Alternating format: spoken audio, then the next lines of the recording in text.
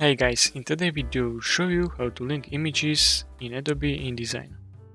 Open your Adobe InDesign document, click on Ctrl D to open the Place dialog or go to File, Place and choose your image file and click Open.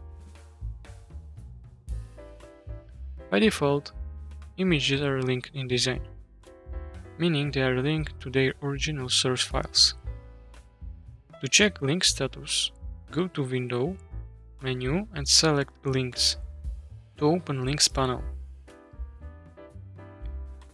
In the Links panel, you should see your image listed.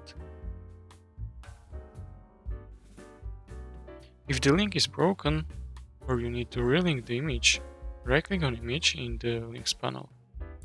Choose Relink from Context menu and select the original source file of your image. Click Open to relink image. You can also use the Relink button at the bottom of Links panel. Click on the Relink button and select the source file of your image. Ensure that link status is now updated and shows as linked.